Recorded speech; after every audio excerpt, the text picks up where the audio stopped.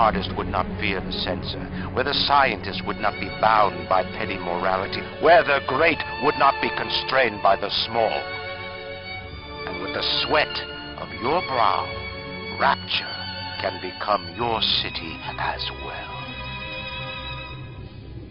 When we started thinking about making Bioshock, I think we looked out at the first-person shooter space, and we sort of said, what's missing? We thought the genre had gotten a little stale.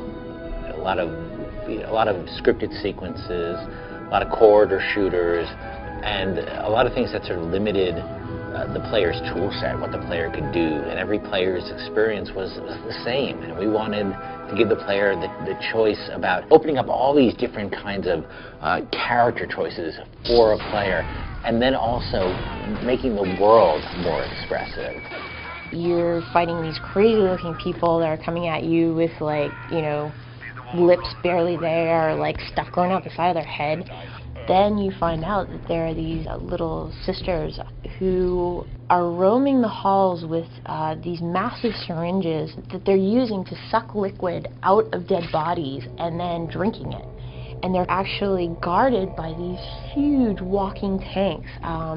These guys in some kind of diving suit called Big Daddies. What's great about the Big Daddies and Little Sister is that they present this wild card. They're just going about the world doing their own thing.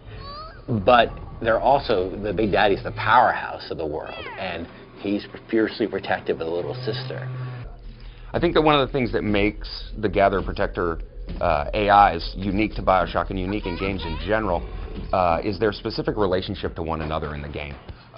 They have very subtle interactions with each other as they move throughout the world. And again, they're not directly aggressive to the player, so the player can very easily perceive this relationship until they make that choice to engage them. One of the really interesting things about the Gather-Protector relationship is the specific tactics they use as a team to defeat you when you engage them.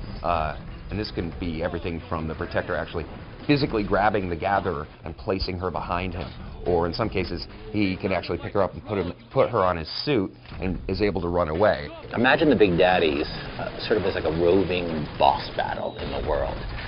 You're going to have to deal with them, because the Little Sisters have the resource that you need to essentially grow your character in the game.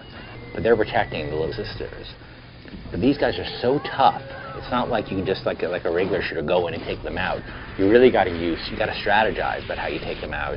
You have to use all your tools, not just on your own body, not just in your own tool set, all your different ammo types, all your different plasmids. You have to use the world. You have to use the AI. And quite often, because they're so tough, you're not going to be able to take them down on the first try. You attack them, you go in there, you slam them, you realize, okay, this is too tough, and you're going to have to take off and go rethink your strategy. The one thing that, when you look at them, that you're surprised by when you actually engage them in battle is they're really fast. Once you engage them, they move so quickly and they're so agile coming at you. It's really, really crazy. A lot of people have asked me in interviews about, like, who are these guys? Are these robots in the suits? Are these people in the suits? And where exactly do these Little Sisters come from? And I think we're not talking a lot about that, because I think that's one of the joys of Bioshock, is that it's a lot of questions.